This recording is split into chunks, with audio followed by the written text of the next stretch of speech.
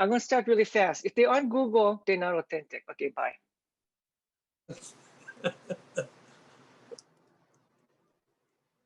I like that, Kali. As Lynette knows, we were just involved in a 3-year program sponsored by Ahakane to teach Ho'oponopono in various Hawaiian communities. And it began over 3 years ago and in selected Hawaiian communities throughout the state. Kauahi was one which I volunteered to teach because I'm from there. And Oahu, Molokai, Maui, and Big Island. And the interest was so high for learning Ho'oponopono. We also found that there was a lot of natural healers within those communities. Some knew Ho'oponopono, some didn't, but within the community, there were people that could help others. We brought in our style of Ho'oponopono, and maybe a little different from what those communities were used to do, but that's okay, they wanted to learn. So it kind of like an answer to that question, you have to go out and seek in the community you're in. Who are the natural healers? People won't advertise themselves, but if you talk to people, you'll find out there's certain people that can help. You know, aside from those that hang off the shingle and say they know Ho'oponopono, or they know healing, or la'au lapa'au. But what I found is that there is an incredible amount of healers in our community, Hawaiian healers, who have kept, you know, their knowledge and are practicing it. So in a way, you got to be maha'oi. You got to go out and ask. You know, you're not going to find them on Google, like Kalei said.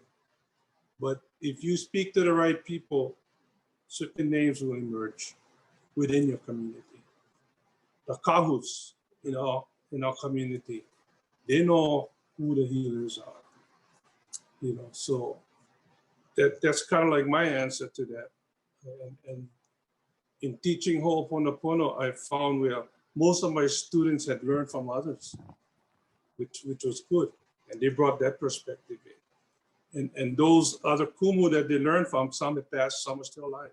And they have a special way of healing. So we know our way is not the only way, but the way that we learn is a very embracing way. It embraces other ways. So I think it's out there. That's the only kind of an answer I can give. And part of the process of asking for help is you got to seek. You got to go that extra mile to find it. And remembering Tūtū's charge, to see that our families are able to make use of it.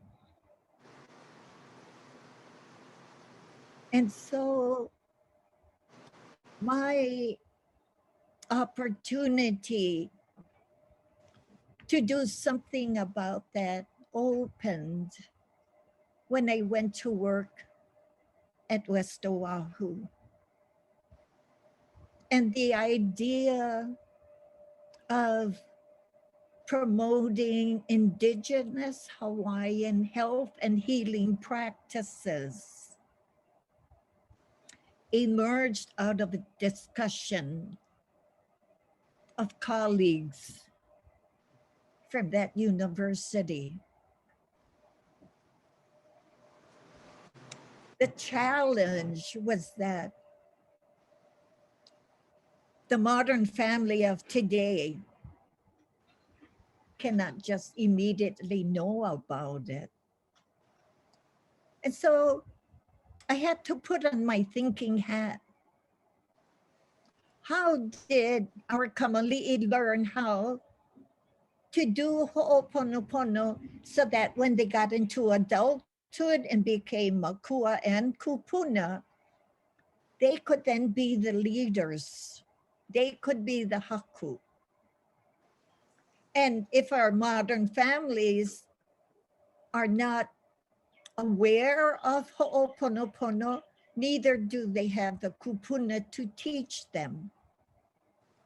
How do we empower our families today?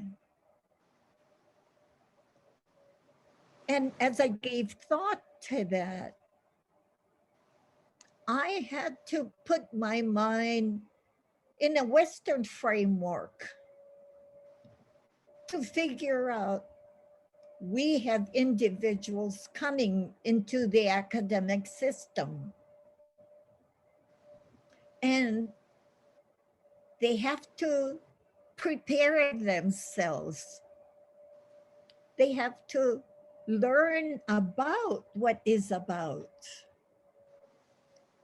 And the kamali'i of yesteryear, by sitting down in these sessions with the family as they actually do it live, they get educated. It's on-the-job training for them. And they see how kūpuna verbalized to family. No bullshit with me. You better tell me the truth. So they pick up one of the required elements to prepare yourself is to know no lying. You tell the truth. And you don't fool around. But they also saw pule. And when they call Akua and the Aumakua, or Tutu, be present with us as we do this Ho'oponopono. You are held accountable for the words that come out of your mouth because your elders have been invited. So the pule reinforces it, and that's how they learn, by observing and watching. And so I said to myself, I cannot replicate, because the students that come as individuals, not families. But you know, at West Oahu, we have an opportunity to engage with community. So I have one of the classes, several of them, that's open to the community, no charge. And you know, in one semester, I had a family come, 4 generations. And they were going to learn about Ho'oponopono. Kupuno Wahine, she came. And over the semester, I listened and I allowed the students to share perspectives. And it occurred to me, I said, you want to say something? Go ahead. And then she talked to the other younger ones that knew nothing about it.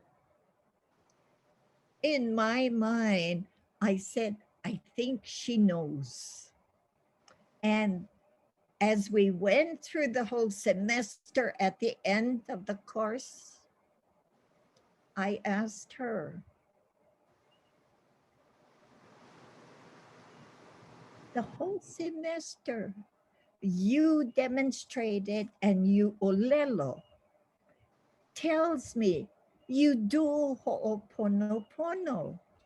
So what did you get out of this semester? And her answer was the sheet of paper that listed what I perceived to be 16 concepts that they would learn about in the class, with each name being explicit.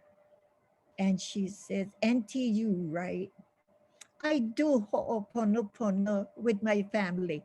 But what I got is, I didn't know I was doing all these 16 terms. Now I have the name to it. And hallelujah, that's the purpose of Nāna I Ke Kumu Volume 3. Not so that we change people, but we validate the importance and the worth of perhaps what they know already. And she also demonstrated as the head of her family, there is a healer in Ho'oponopono, using it in a living way, which is our goal at West Oahu for those that go through the career path in Indigenous Hawaiian health and healing. So mahalo, that's what's happened at West Oahu.